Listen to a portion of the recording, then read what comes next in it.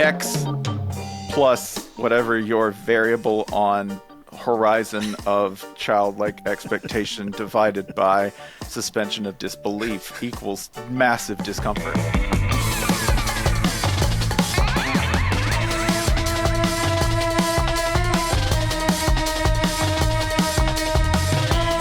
Hello and welcome to Is This Good? The show where we boldly, conclusively, and scientifically decide what things in this big wide world are good. I'm Matt Austin, and with me as always is production powerhouse Jason Doyle. Hello. Hi, JD. And today's guest is a true legend in the talking about sports on the internet game. You've read him on the trend-setting Every Day Should Be Saturday, Banner Society, and Channel 6, and you've heard him on ESPN, The Dan Le Batard Show, The Right Time with Bomani Jones, and of course the world's only college football podcast, Shut Down Full Cast. He's a 44.4% dead ringer for Fred Durst. It's Spencer Hall. Spencer, welcome to Is This Good? Thank you. It's my pleasure. I've never gotten an intro like that, and I'll take it every time. Okay, well, keep coming back. I will have to keep rewriting it, though. Can't use the same one. Just before we came on, I was on Twitter, and I saw Jay Skeets, who we used to work with, who I believe you know from the Talking About Sports on the Internet game, and he was saying that it was 18 years to the day that JD and Skeets and Tass started the Basketball Jones, which then became the Starters and then now currently No Dunks. And it kind of made me think, so 18 years, you must have been at it about as long as that. Am I wrong? Yeah, we're getting there. I'm coming up on, this is year 19. Okay. Year 19 of this, which now that I've said it out loud, I am slowly turning to ash. I know the feeling, Spencer, believe me. Yeah. When you started, I assume there was no way that you could have predicted any of the twists and turns of where you'd be right now with it. Like, for instance, did you ever think you would, anyone would ever see your face or hear your voice? No to both of those. And honestly, don't know if either of those, I think the voice ended up being a good thing because it led to the full cast, and that's been very fun. The face, I don't know if anyone needed that, and I don't know. I mean, I get paid for that, and I don't know why. It's kind of a failing of capitalism that I receive money to appear in person for things. What phase of, like, sports internet do you think we're at now? Because obviously you were a genuine true pioneer in the sports blogging thing. And then those blogs got aggregated into one of various sites. Then, I don't know, what did we do? We pivoted to video for a while, then we started podcasts, then all those blogs dissolved. Where are we at now? I think we're at a place now where you have a lot of people who are kind of existing on their own successful islands, and that's fine. I think that the way things are set up now, I think it's good if you're established because you can go ahead and rely on, your own small amount of gravity to really float and see how things are going to work for you, and you can probably make a living doing it. I think it's probably, and this is always true, I think it's probably harder the other way. I think if you're on the come up, it's difficult. I think that's extremely difficult. But it's always hard, and it might be a little easier now that you have, your various sort of like Patreons, your, Substack, Ghost, a great platform that I highly endorse. It's what Channel 6 is run on. If for anyone who's doing it, just diversify, baby. Don't rely on one thing.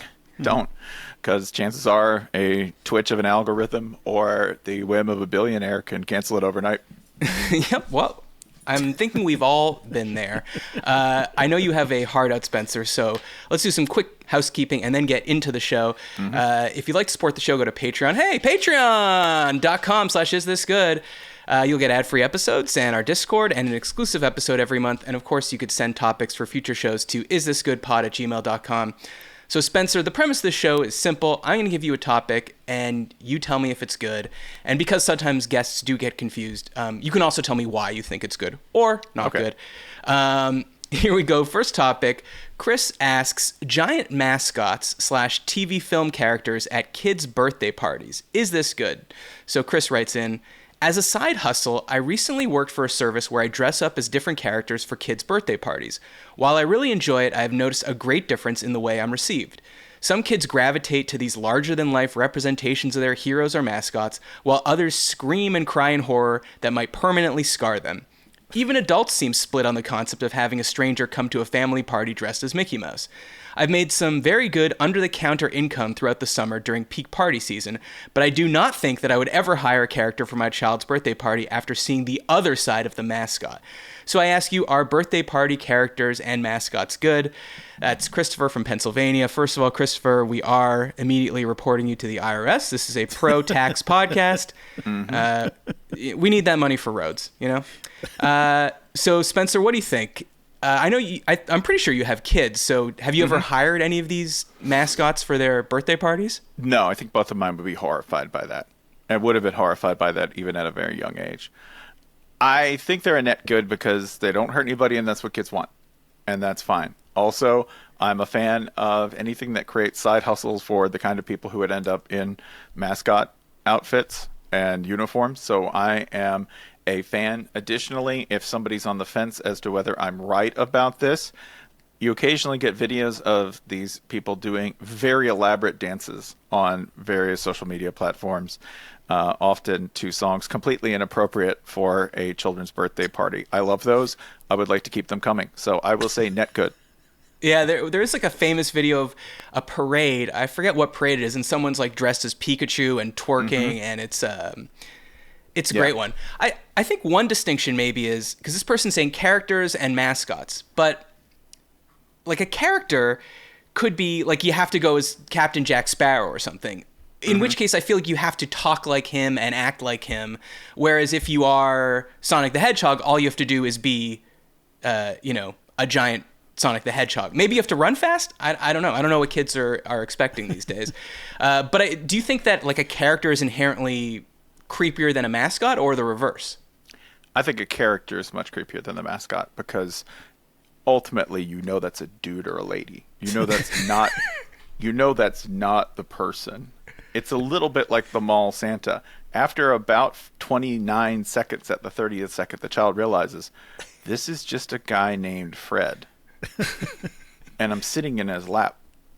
And that's a little weird. They don't, initially a young child, the wonder is there. They're ready. They're part of it. Even if they are past the Santa threshold, they know that this is part of the rite and ritual. But at the 30-second mark, they go, who is this guy? So I think that, and if you're at a birthday party, you have to sit with that even longer. Pretty soon, that's just the guy named Fred in your kitchen who happens to be dressed like a pirate. So I think, X plus whatever your variable on horizon of childlike expectation divided by suspension of disbelief equals massive discomfort. That's true. And you bring up a good point that if you're the parent and you have to deal with the Captain Jack Sparrow and have to ask like, oh, hey, do you want anything to drink?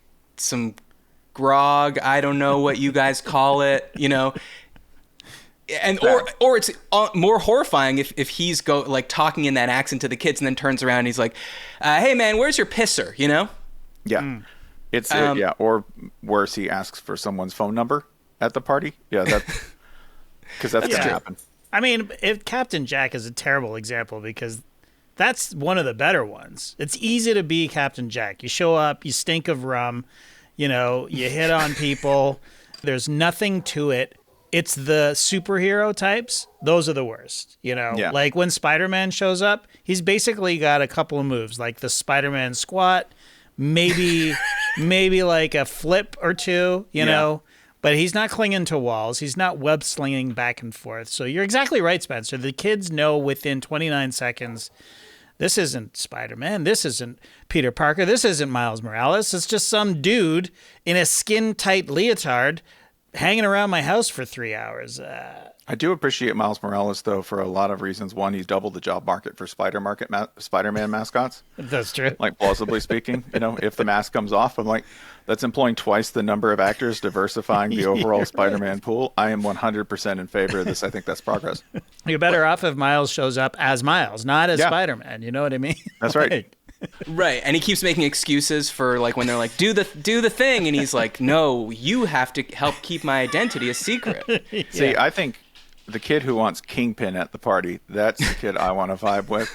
The one who's like, no, I need a big, slabby, bald man who's just bent on dominating everything in range and also does a lot of deadlifts. See, that's like I think, with 6 months prep, I could probably make some money on the circuit as Kingpin. I have to shave a lot. But see, that's the thing. Being a mascot is not easy. I mean, as a college football person, you've been around many mascots, I'm sure. Mm-hmm. We've been around many NBA mascots, especially Benny the Bull, the old Benny the Bull, not the new Benny the Bull, the OG. And I've seen, I have a friend who was like, oh, for my kid's party, I got this inflatable T-Rex costume. And then at a certain point, when they're eating cake, I'll go change into it and then I'll run after the kids. And he's in pretty good shape. And he was gassed. It's not, people just think all this involves is putting on the costume, and then people will say wow, this is so cool. It's just not as easy as people think it is. So no, I did an entire feature story on the duck, Oregon's mascot. Yeah. Okay. And I will tell you, more than a job, a lifestyle. Exactly.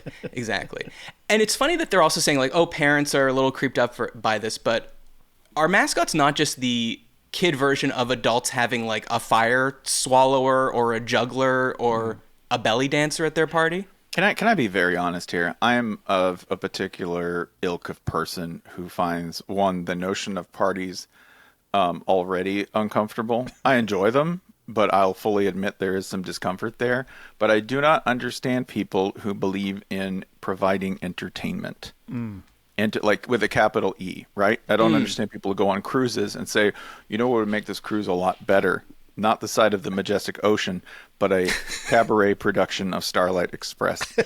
I hate these people. I don't want to be near them. I don't understand somebody who says, what would make this party better? A juggler.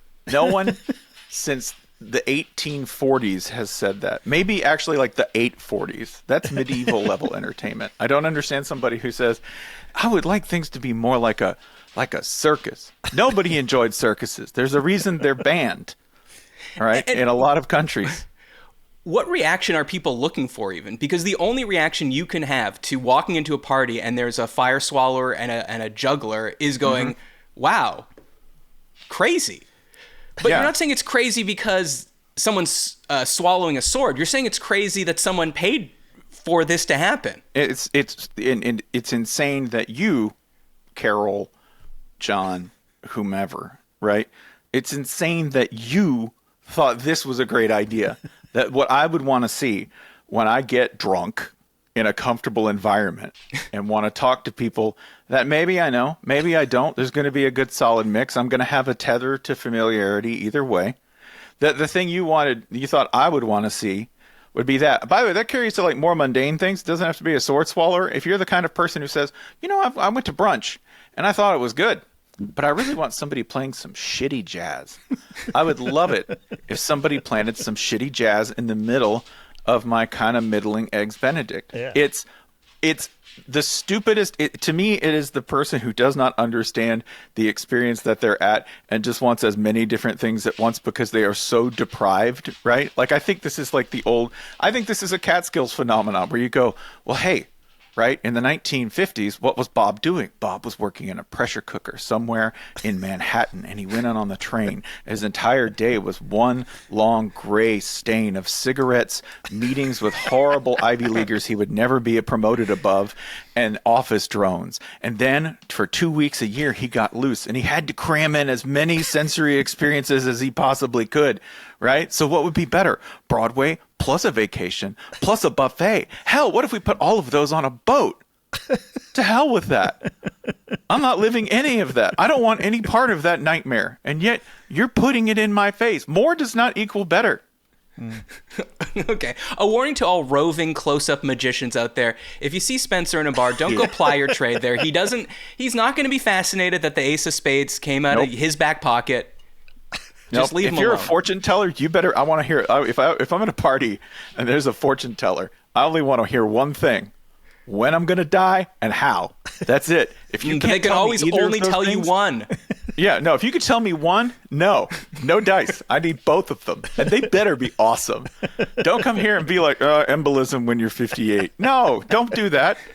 I want you to be like, shot 23 times right? In a violent firefight with narcos somewhere north of Tamaulipas. That's what I want. Shot 23 times out of a cannon, just out of one into another, out of one into another. Hey, do you want this tip? I will tip you $100 if you tell me that. That is to all fortune tellers who attend parties. I will do that. Well, Spencer, we poll our audience before the show, and 51% of people said birthday party characters and mascots are not good. So a razor's edge, clearly a divisive topic. I respect the people. All right, next topic. So as you may know, the Coachella lineup dropped recently. So Ben H. asks, music festivals, are they good? And I have a feeling that I might be in the awkward position of having to defend music festivals based on how that first question went. But Spencer, what do you think? Mm-hmm.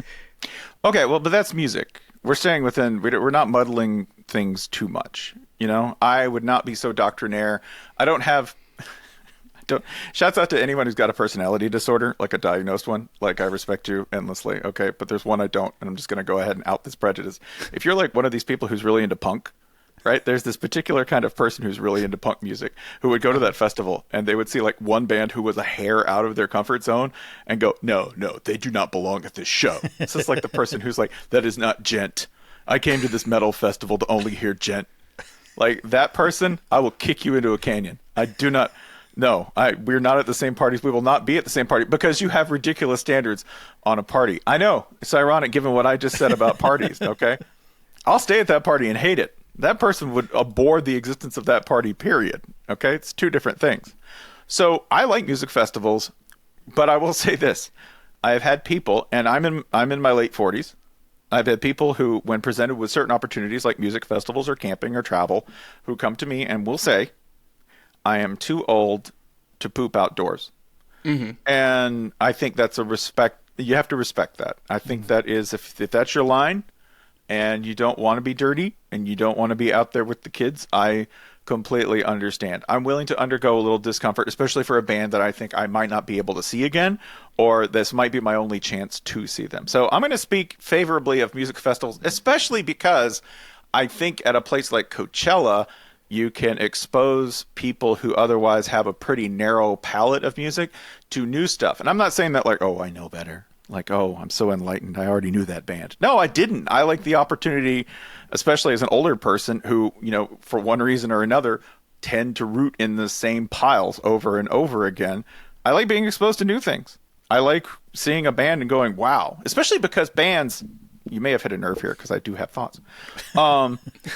Especially because I think there are bands that never sound the same live as they do on record, right? Like bands that like the record doesn't capture what they sound like. That's true for like 60% to 70% of country artists, by the way. Like I'm not a massive. And so you're saying this in a good way or a bad way? Like they sound no, better I mean live, they come alive. Like live, okay. Like Peter Frampton. Correct. They do. Live is an entirely different thing for some bands. So I think it's important to see that, right? Like TV on the radio, like old Brooklyn band, right? TV on the radio, on record, they're good. Like that's a pleasant experience. I enjoy that.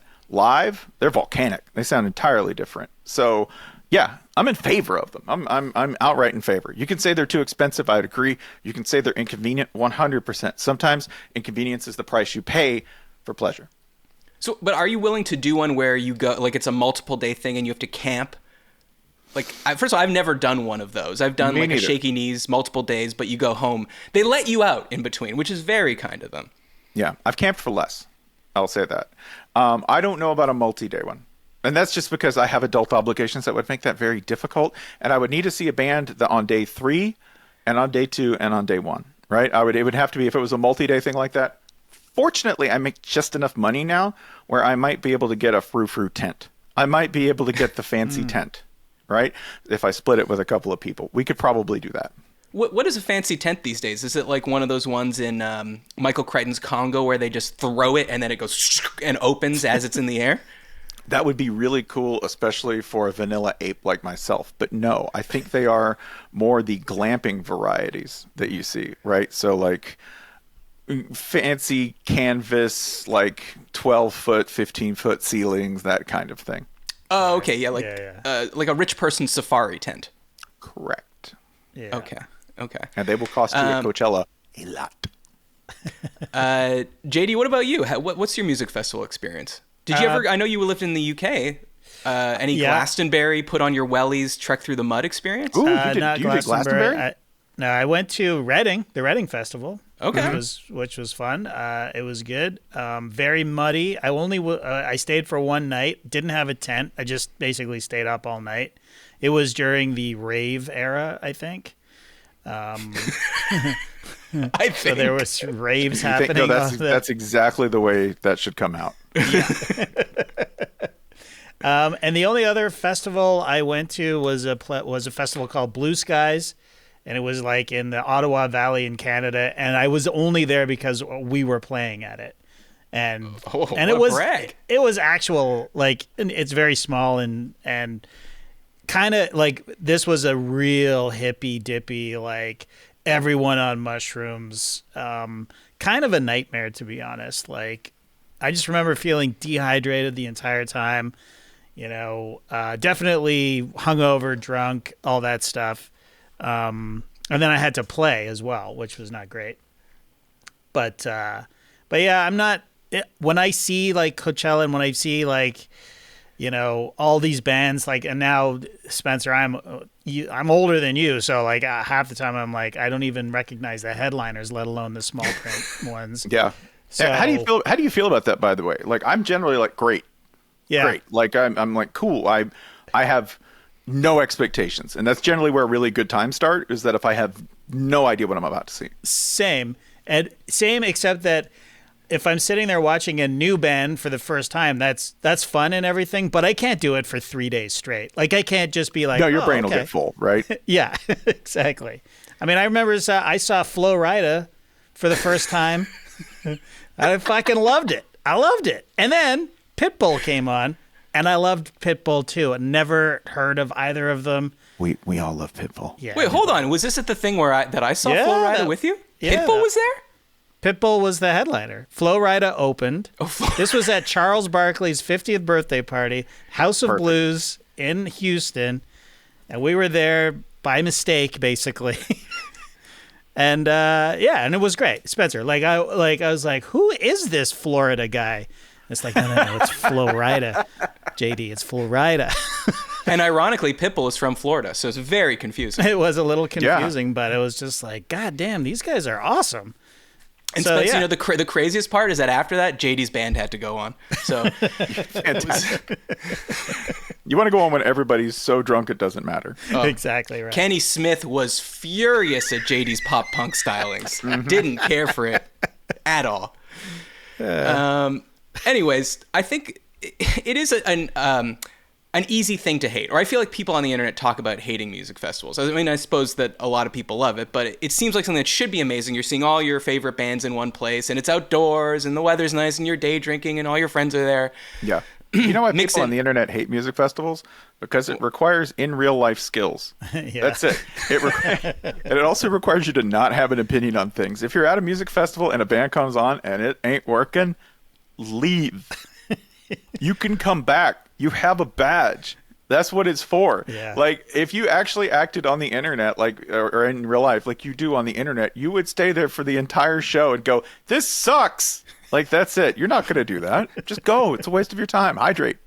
Well, that's exactly the thing. Is that the last festival I went to was like the old millennial person, just like Heaven Festival in LA, where they have like your Franz Ferdinands, your Wolf Parades, your Yeah bands like that, and I liked most of the bands on the bill, but what I was surprised at is that most of the time you are not standing in front looking at the stage, because you just can't do it for 8 hours a day.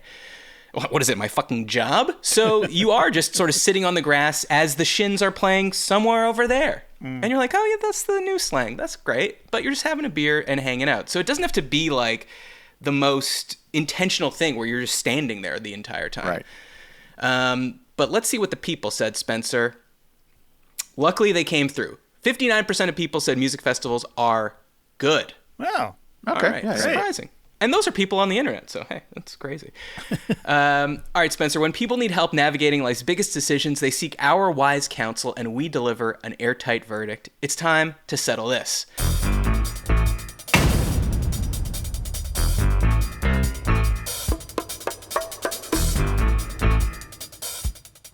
So someone wrote in for some help, Spencer, so let's see if we can fix this problem for him. Hey guys, I've just been for dinner celebrating my fiance's birthday. A lovely meal at the Black Grape in Edinburgh. Okay, maybe that's a little too specific for us. Didn't need to know the name of the restaurant. But I will Google the Black Grape in Edinburgh. I'm sure it's lovely. Small plates from what I hear. Food and drinks, everything was excellent, but the table next to us, who were less than a foot away, kept commenting on our dishes as they were coming out.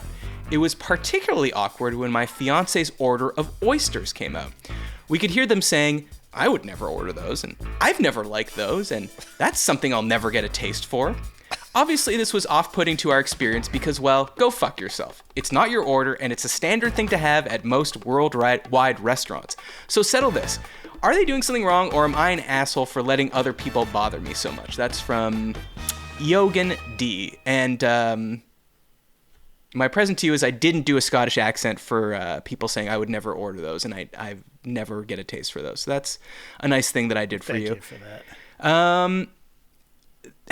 I don't think this guy's wrong at all. I think it's, why I whisper when the waiter comes over with something to another table that I'm like, shit, that looks good. And I'm like, was that the halibut? Like, lest they hear that I'm curious about one of the 12 things that you could order on the menu that are going to them. But what do you think, Spencer? Should this guy stop letting things bother him so much, or are these people dicks? I'm a big fan of knowing where you are. So you have to understand that you don't get to dictate the experience a lot of the time. If you have a situation where you can do that, that's cool. That's cool. But I think being in public, and that includes a restaurant most of the time, okay? Mm-hmm. Like if you're in New York, or hell, if you're in Edinburgh for sure, and you're sitting a foot away from somebody, that's part of your meal, okay? And you have to go, all right, man, I don't know what's there. Whatever it is, I kind of have to accept it as part of the meal. Whether that person likes oysters or not, and I think this is a skill that actually the internet helped me with in dealing with real life, that doesn't matter at all. I love oysters. That dude or his lady obviously loves oysters. It has nothing to do with you. Nothing. Not a thing. And you should understand, too, in Scotland, it's not like people are going to be shy and retiring with their opinions. They're just not. At least thankfully it came out in a very amusing accent, right? Probably stated more colorfully than you were going to say it in your own verbiage. I 100% think this person just needs to get over it. All right, that's easy enough for me to say. I'm not there. I don't have all of this emotional weight like loaded onto the moment. But yeah, I think they need to get over it. You can't be affected by what other people are doing because it has nothing to do with you. Sort of made me think about, in restaurants, communal tables. Are you, like, you walk in, it's a communal table, you don't feel any differently about the situation than you would if you had your own two-top? If I'm signing up for that, right? I would know ahead of time. Now, if I didn't, and I just show up in his communal table, I'll roll with it. Because, again, didn't control that. Figure this must be integral to the experience. Now, would I let that meal be ruined by a complete dick across from me or next to me? Someone who stank, someone who chewed with their mouth open? Yeah, I probably would. We might have a bad time. Sometimes you're going to have a bad time. That's okay. Yeah, I mean, I guess I sympathize with this guy because I get fixated on things on restaurants too. Yeah. Like New Year's, out for dinner, sitting at the bar, and at the corner of the bar, so there was another couple right here, so we could very clearly see them. And they were ordering a lot of stuff, and then at the very end, a giant tomahawk steak hit the table. And on this plate is like the bone marrow, bone half sliced, too. It looked fucking delicious, but it was gigantic. And I was like, there's no way these people are going to be able to eat this steak that they ordered at the end of like 12 dishes. And of course, they weren't eating it, and it was driving me up the fucking wall because I was like, if those people leave that entire tomahawk steak there, I'm going to go nuts. They should at least, we're 1 foot away from them. They should at least be like, I'm so sorry, we over-ordered. Do you have any interest in this tomahawk steak? And I would have said, yes, I do have an interest in that tomahawk steak. They didn't eat it, but then the waitress came and said, how was everything? And they said, it was wonderful. Do you think we could pack up this tomahawk steak? Okay. Right. And I was like, yeah. What I'm hearing, Matt, is that you really wanted a tomahawk steak on New Year's. Yeah. That's what I'm hearing. You saw that, and you were like, That's looking better than I thought it would. Already had ordered the porcini encrusted pork chop though, so how you can't have a pork chop and a tomahawk steak. I can help you through this. You pack yours up. I guarantee you. Go put that on. That's interesting. But then there's no guarantee they would give you theirs. No, on New Year's, you just order your own. Yeah. Take it home, right? Oh, order my own tomahawk steak. Yeah. Tip them well. Take it home. Heat it back up on low with some butter. Yeah, have a breakfast steak. Okay. Well, maybe one final point. I know I'm not going to convince you, but I would say the worst time for this to happen is oysters, because I love oysters too. Yeah. But, if you and I were down at the Kimball house and someone said anything related to the following words, like phlegm, loogie, which people often say about oysters. Sure. I'm sorry, that does turn me off. Even though I've had them tons of times and I love them every time, I have to sort of work to not visualize that texture that they have. I'd say this. Now, they were in Edinburgh, which I'm just guessing is not home turf for them. I'm guessing that, right? Oh, okay, interesting. Right? They're tourists, which to me, if you're a tourist, even if they're speaking English, you have to watch your ass. You have to mind your P's and Q's, be a good guest. It ain't your country. It's not your city. Be good. Be good. Now, if we were down at Kimball House and somebody was like, ew, that reminds me of snot, I would just, you'd see the ugly redneck and me come out real fast. You're like, who asked you? No one asked you. This added no value. You've made everybody's day worse, including your own, now that I'm having a confrontation with you. Congratulations. Okay, fuck. I want to go have dinner with you then, Spencer, because I would just be like, man, I wish that guy didn't say that. Yeah, be like, shut the fuck up. Yeah. You have nothing to lose. That's the guy who gets thrown out, not me. And if he's waiting, I just ate 36 oysters. So if he punches me, he's going to get a vicious surprise. That's right. And especially at a place like Kimball House where they love the oyster. Right. They would be offended that someone was comparing the Malpecs to snot. That's right. Who cares? Yeah, your opinion doesn't matter. Please don't involve it in my dinner. Yeah. So if I'm closer to home, I might have an entirely different attitude. Okay. Good to know. All right, next segment. Not everyone is going to agree with everything you say, but sometimes you have to stand alone on the edge of popular consensus. It's time for unpopular opinions.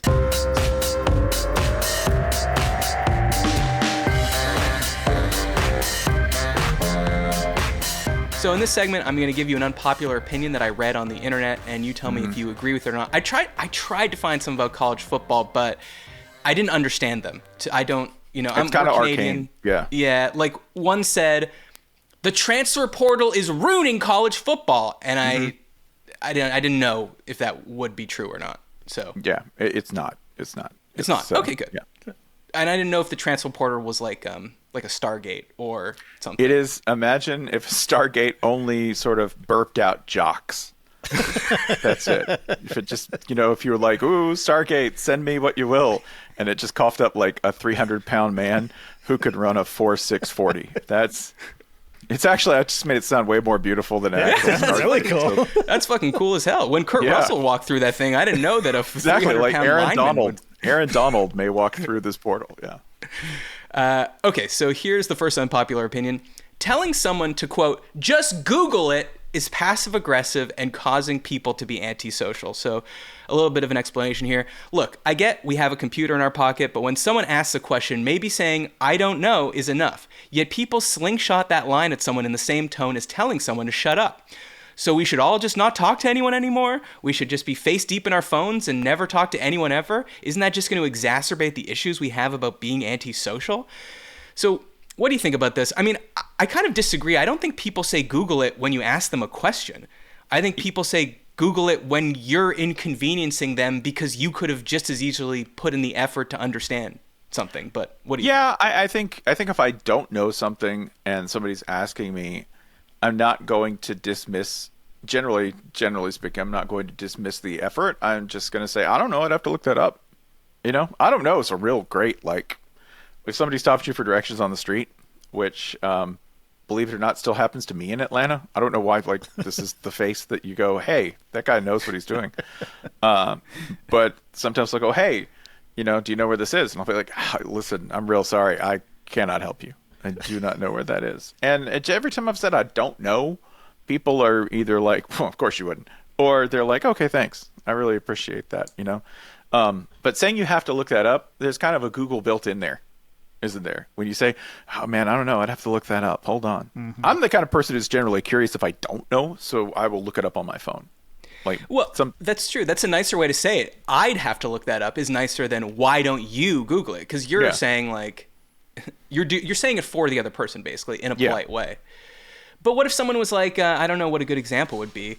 I don't know. Someone you worked with was like, how do I get this thing to print, or how do I upload this to the platform or something? I'll tell them. I'm not the kind of person who feels like I need to remind you that you're incompetent. Like I generally want the thing done. So if I would like to get from point A to B as quickly as possible. And if that point A to B in the short term is me doing that, then I'll just go ahead and tell you how to do it.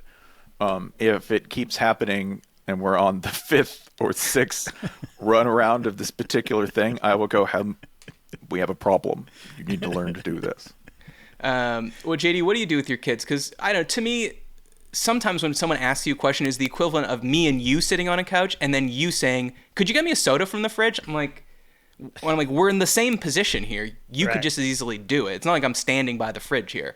How do you deal with this, especially with your kids?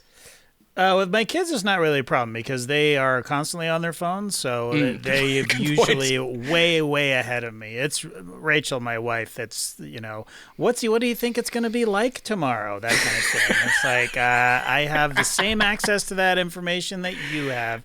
We all have the internet in our pockets, baby. Just take it out and have a look.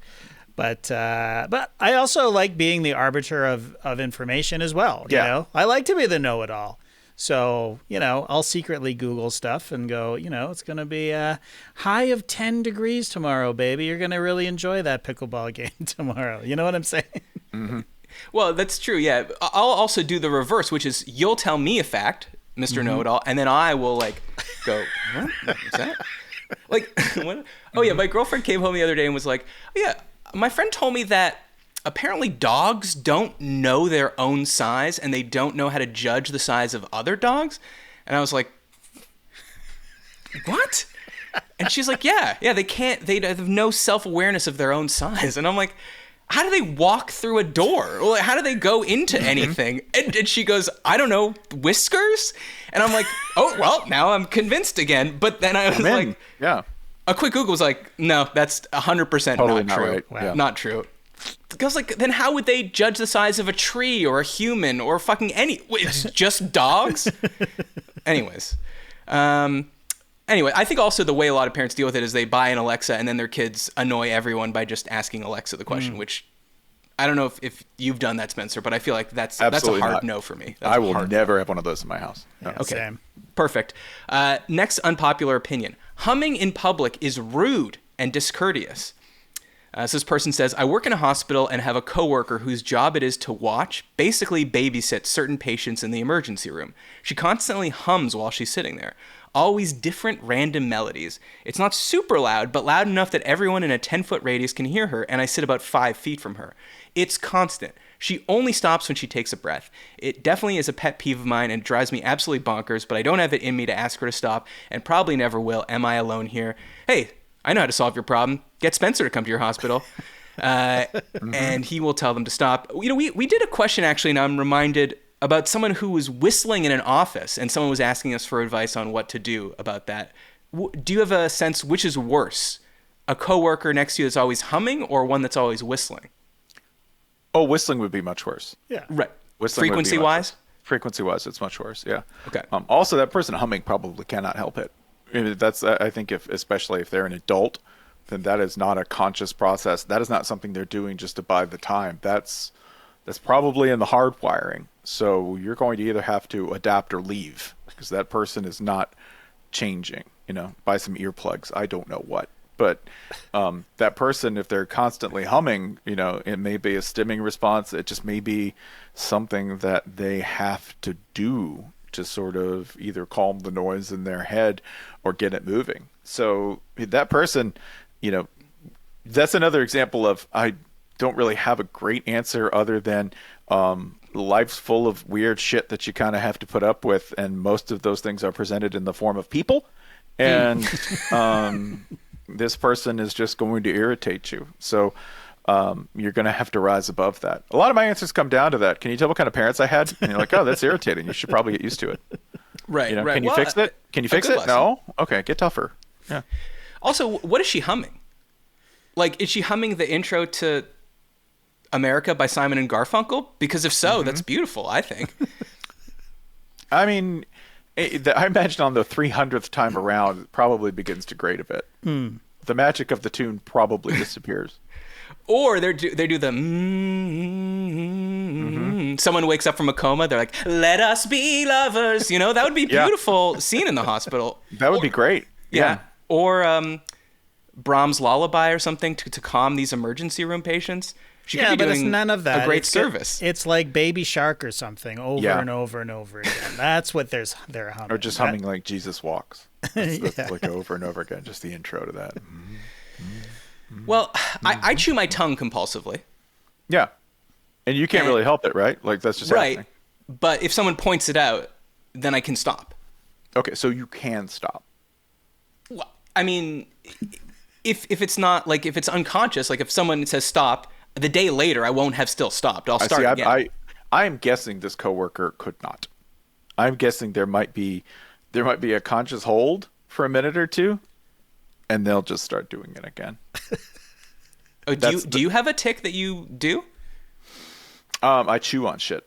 I like pens. Oh, look at this pen, Spencer. Yeah, Are you a pen guy? Yeah, big time pen guy. That's a good one because that end will survive for a while until you have to unscrew it, right? So that's a good one. Also, it's a little chewy and tactile. It's not one of the brittle ones. The brittle ones are the worst. Brittle or metal. My dad used to give me metal pens, and I would chew on those, and then the paint would start to come off. Yeah, like I'm a big time chewer on pretty much anything. Like one day I looked up and I was working on something, and somewhat unconsciously I'd taken one of my kids' Legos, and I was just sitting there gnawing on it, and I was like, "What am I doing? Oh God!" Like, it was one of those like 2x4 bricks. Yeah. It was one of the It was good. It was good too, and I was like, I feel a little bad, but I'm gonna have to put this down. Most parents are angry their kids leave out Legos because they might step on them. You're thrilled because that's something to chew on. New toy. All right, Spencer, I know you have to go, so there's only one quick thing left to do, and that's play subjective trivia.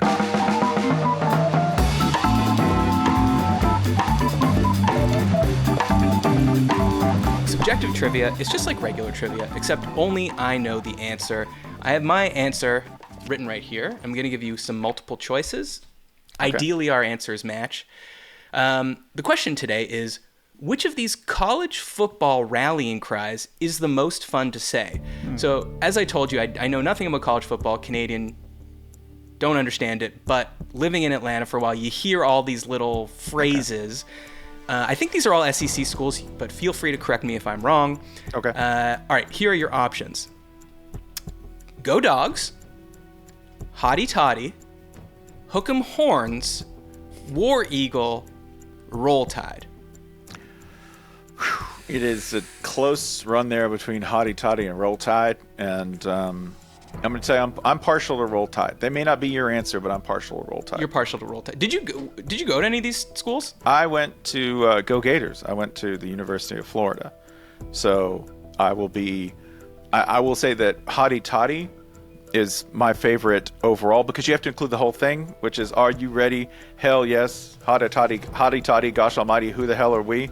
Flim flam bim bam, old bis by damn, right? You have to say it. My other favorite one is there's an LSU one. There's an LSU one, which is hot boudin and cold couscous. Come on, Tigers, push, push, push. That's one of my favorite ones, but you have to say it like, in the patois. Or it doesn't rhyme. Yeah, or just, it doesn't even come close to rhyming. But Roll Tide's handy. Roll Tide is just like, you could say it to anything. It can just be like a salutation. It could be bidding farewell. It can be an exclamation of gratitude. It could be all those things. So I'm going to go Roll Tide. Okay, Jay, do you agree? Roll Tide, 100%. Roll Tide. Okay, it came down to 2 for me, and Roll Tide was the runner-up. My answer is Hook 'em Horns. See, I don't know what that means in actual college football, like if people think that one sucks or whatever, but just in terms of an evocative, Hook 'em Horns. I can understand it. I don't know what Hotty Toddy is. Go Dogs is just too basic. It's like go. That's the correct word for Georgia. It's just basic. Whatever. It's like saying go Hawks or something. Go Falcons. War Eagle, too scary. And then Roll scary. Tide It's a little scary, yeah. Yeah. Roll Tide is also fun, but I don't know. What's up with Woo Pig Suey just before you go? What does that mean? You're calling a hog. That's all it is. It's like the closer you get to middle of the country, you get all of these places that used to be like the whole middle of the country had just like agricultural mascots, right? Oh, okay. Right. So, or references to like terrible weather, like Iowa State's the cyclones. But, large animals used to be the middle of the country. So, longhorns, and then, Sooners was a reference to stealing land. Don't look too far into that history. Oh. Arkansas, they're the Razorbacks, right? Right. Nebraska, they're the Cornhuskers, which is very agricultural, right? Mm-hmm. So it was like large animal adjacent.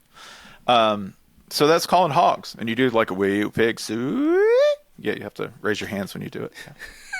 So much to know, so much to learn, JD. I know. One day we'll get there. Spencer, where can people find you?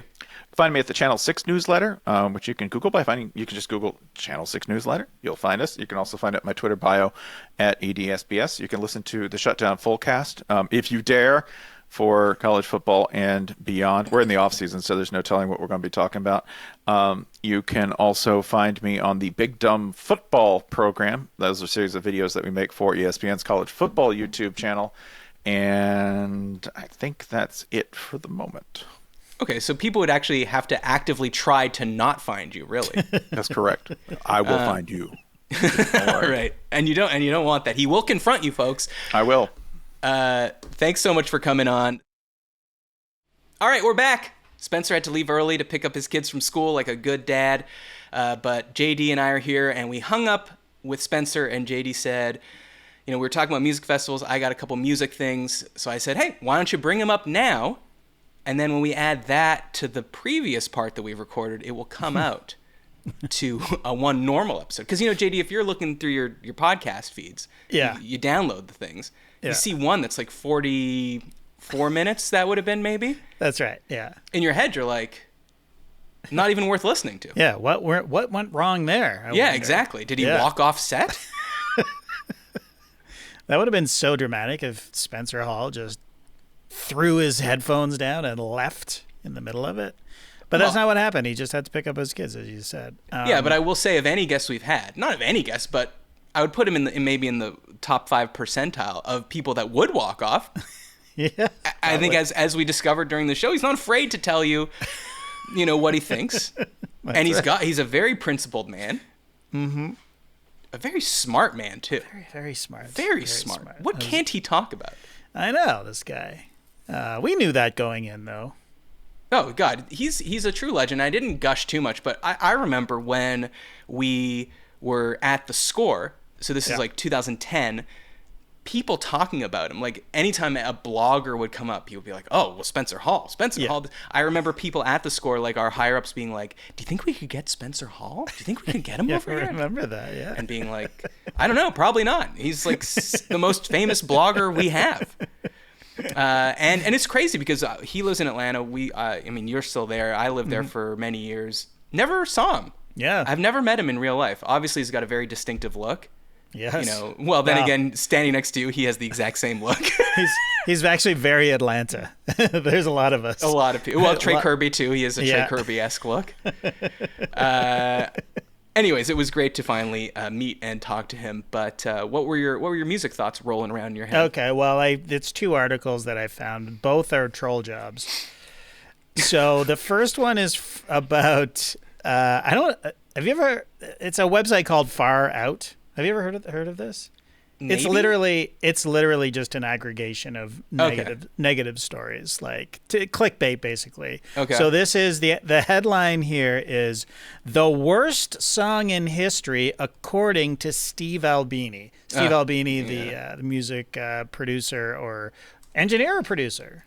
Both, I think. Both, yeah. And he owns his own studio, but also I'm already deep sighing because he is a noted curmudgeon, like maybe the number one curmudgeon. He literally lists like 25 songs before he gets to his worst song. Okay. Care to guess what it might be? I'll give you a couple of hints.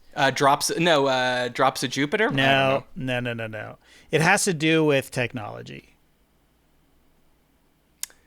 The song has to do with technology. His main complaint about the song has to do with technology. Oh, is it Dire Straits? Money for Nothing? No. What's the technology in that song? Microwave ovens, color TVs, No, MTV? not the lyrics. I mean the actual in the production of the song. Oh, so it's got some weird sounding synth or something. Auto-tune specifically. Okay, an auto-tune song. I don't know, something by T-Pain? I don't know. I mean... Cher? Believe? Yes. Come on! Yeah, you got it. Wow. Oh, yeah, baby! Yo, this is a Hell fucking... yeah. Yes! You thought subjective trivia was good. How about we hit you some objective trivia? Straight up trivia. Yeah. Subjectively objective trivia. Yeah, he had a big problem with the pitch modulated vocals. Okay. That people have been relying on for years, and then, I guess whoever was producing the album, it could have been Cher herself. Just like, that just crank it all the way. Turn it all the way up. Yep. That's part of the hook. And honestly, I don't hate that song, and it actually does sound cool. It sounds cool on that song. And 100%. Yeah. And it also kind of started, I wouldn't say it started it, but it was one of those weird examples where something will actually start in pop music and then go into more indie stuff. Yeah. Like another example is I've heard people say that sort of skipping guitar that Madonna has in Don't Tell Me, the song where she's dressed as a cowboy walking down the treadmill in the video. Yeah. That kind of like stuttering, chopped up and broken guitar is another example of that. But there's certainly ways to use auto-tune well as an instrument, and I would think that Cher fucking nailed it. That song's a banger and also like a huge hit. Yeah. Probably her last big hit, right? I think you're right. And after her career had been dead, basically, right? I mean, not dead, but, Cher was a legend, but it reinvigorated it, I guess you could say. So anyways, yeah, I thought that was interesting. Do you have the list in front of you? I mean, it's more of an article of just like meandering. It's one of these websites where it's like, we're going to get to the point of the headline at the very final. Right. He talks about how, how Peter Gabriel and David Byrne got into African beats and stuff, and Paul Simon, of course, and then how that sort of weaved its way into music, and then of course U2 got into it, and he's saying he hates all these things? Yeah, he basically hates it, yeah. Or at least he's talking about it in his book. Anyway, just trying to sell books. Yeah, well, that's the other thing is he will start an argument like, shit, what was it recently? People were arguing about merch cuts at venues. Merch cuts? Yeah, so like, which I didn't honestly really realize. Like an indie band will go tour like a 300-person cap room, 500-person cap room, and they'll sell, their CDs, records, stickers, buttons, T-shirts, hoodies, and that's really what gives them the gas money to go to the next stop. Yeah. And venues take a cut of that. I did not really know that. Oh, we're getting so gouged on our All-Star show. It's what insane. Do you mean? Oh, you're selling merch there? No, they're just. I guess the bars in Indy have realized that they can make money during All-Star Weekend, so they're just like, oh, you know what? It's a flat rate use, so you're just going to rent the place, which we've never had to deal with before. It's always been like, you guys have the bar, we'll take the door. Right. Handshake deal kind of thing. Yeah. But yeah. Okay. Hey, man, bars want to make money. That's fine. Well, that's at least more understandable because that is the point of the place is to play there. So, right. Whatever. You could argue that a merch table is taking up real estate that customers could be. I'm just saying. What could you be doing there instead? You're going to put a cotton candy machine? No, yeah. A lot of times I've seen merch tables at actual tables of the bar. You know what I mean? Like it's in. Oh, okay. But it's taking up real estate. I'm talking about a venue that is a music hall. Yeah. No, I agree. It's bullshit. Yeah. All right. What was the other one? So the other one is another troll job to sell a book. Do you know Jeff Tweedy? Oh, do I know Jeff Tweedy? Hey, did you see a True Detective Night Country? Yeah, I did. Okay. I'm not going to give any spoilers, but the moment where she's looking through some evidence, I guess you could say, and she pulls up a Wilco t-shirt. Yeah. Do you remember that? I don't know why. I'm like, if she'd pulled up a Ramones t-shirt or something, it wouldn't have jarred me. But the Wilco, like, I'm like, that's a band I know. Like, Yeah. I've been listening to that band since 1996. Right. I don't know Hipster why. doofus. That's what it was telling us. This Nah, guy's but they're not stuff- hipster. Sorry, they're not hipster. They're not hipster. The last time they were hipster was maybe Yankee Hotel Foxtrot, which I think is like, I don't fucking know, 2001 or something, or 2. Right. So they haven't been hip for a while. They're dad rock now. You should know. No, they're beyond dad. They're after my time. I never listened to Wilco. Never. Okay. Well, anyways, Here's the quote. All I I think know. this is like second or third book, by the way. Okay, this is the headline. Jeff Tweedy shares why he thinks Dolly Parton shouldn't have written "I Will Always Love You." And then the quote is, Okay. What a weird thought experiment. "All I know is that she wrote Jolene and I Will Always Love You in the same day, and I think she should have stopped after Jolene." That's the quote. Come on. That's written in the book? I guess so, but I think it's tongue in cheek because he basically says he says that he can't hold that note, the I and I Will Always Love You that long. I mean, who can other than Whitney and maybe Dolly, you know? Right. So she shouldn't. I wonder if she's going to read that going, yeah, my biggest song ever that I made fucking millions off of when Whitney Houston re-recorded it for the Bodyguard soundtrack. Yeah. Should have skipped that one with old Porter Wagner. I'm sure he was joking. Jeff's a cool guy. I think this book is about specifically, he goes through like songs from his life and talks about them because he wrote another book about how to write a song, and then he wrote another book that was more of a autobiography. So I guess this is his third book. Yeah. I know he's trolling because he's also said disparaging things of Somewhere Over the Rainbow. Okay. Yeah. I mean, honestly, not my fave. A fucking banger. Come on now. Like, say what you will, but it's a fucking great Of course, it's an all-time classic, but I don't... It's still too maudlin. And every time I hear it, it Some songs are maudlin. I understand that, but I just don't... I never want it. What mood are you in when you ever want to hear that song, except for watching The Wizard of Oz? I don't know. I've never not liked it when it's been on. If somebody covers it on American Idol, or if I hear like a ukulele version somewhere, I'm like, God damn, this is a good song. Sorry, it just reminded me. I think we were talking on The Great Beyond at one point about how all these new movies that are also musicals are trying to pretend that they're not musicals because people hate musicals. But then why'd you make the movie in the first place? Yeah. Like The Color Purple and the Wonka movie. So there's this new Mean Girls movie out. Okay, yeah. And it's like still Tina Fey. She's still in it. But it is the musical that she made for Broadway. Oh, I didn't even know that. Right. I was kind of like, oh, it's Mean Girls for a new generation. So it's going to be a little more Gen Z. And right. The kids are going to be saying Riz. Classic stuff that's worth remaking. But no, it's just they've taken the musical, which they've already made a mint on. And then they're like, well, how else can we, exploit this product? Well, let's make it back into a movie. Yeah. And so there's this clip that went viral on the internet, which I think expresses exactly how I feel about this. So it's someone filming in the theater. They're filming the screen. Right. And there's two characters talking to each other. And then, like, at a certain point, it's kind of close on one of the teenage main character's face. And then all the lights go and it's just spotlight on her. And, like, people in the audience are like, what? And then she goes, I, and then starts singing. I don't know if that's the fucking song, but you get my point. And as soon as she starts singing, like audibly in the theater, people go, "Oh, what? What the hell?" So it's the first song in the movie. Like you would have to assume. Wow. People are furious. The only time I was ever delighted that something was a musical without realizing it was when I went to see the South Park movie. Oh, the puppets or the Blame Canada? The actual Blame Canada movie. Because that was not marketed as a musical at all. Oh, that's a good... I don't remember. I was...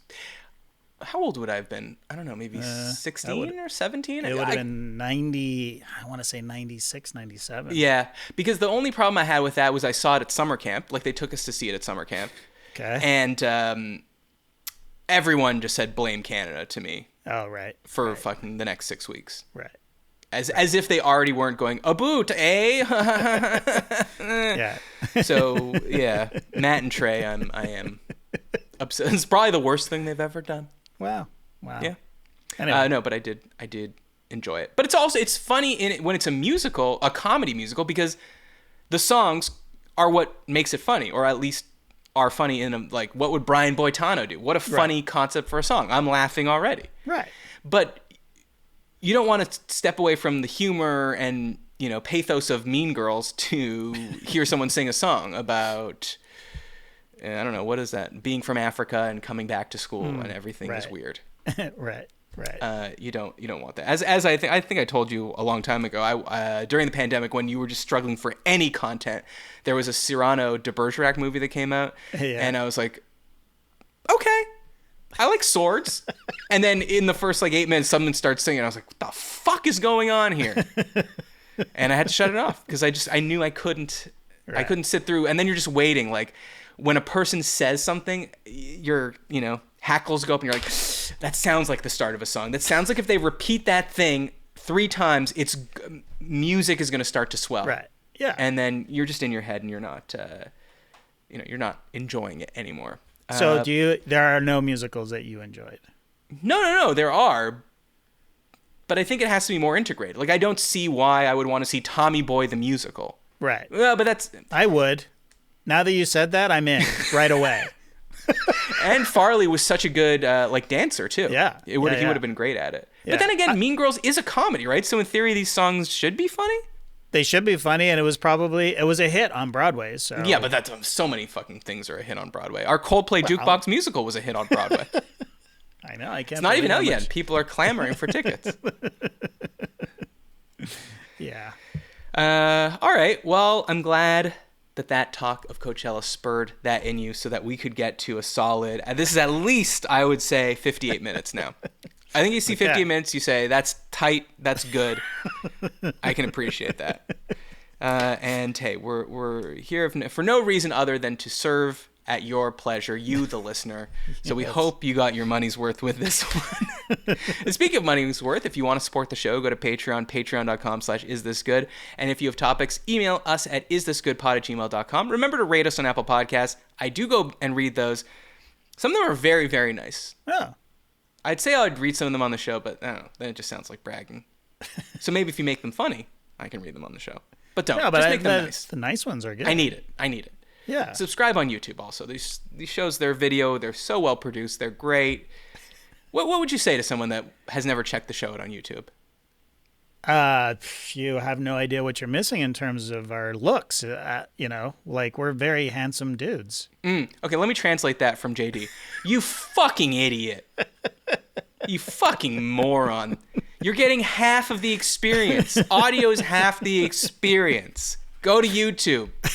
Okay? It's easy to find. Is this good? ? Type it in. It might even be youtube.com/isthisgood. I think it is. Or maybe is this good pod. Is this good pod? It's not important. It's not important. You know how to search for things. It's linked below. It's linked in the show notes, is it not? Hey, Google it. Google it. Thanks for listening. Thanks to JD. Thanks to Spencer for coming on. Thanks in advance for leaving a 5-star review for everyone. I'm Matt Austin, and this was good. We'll see you next week.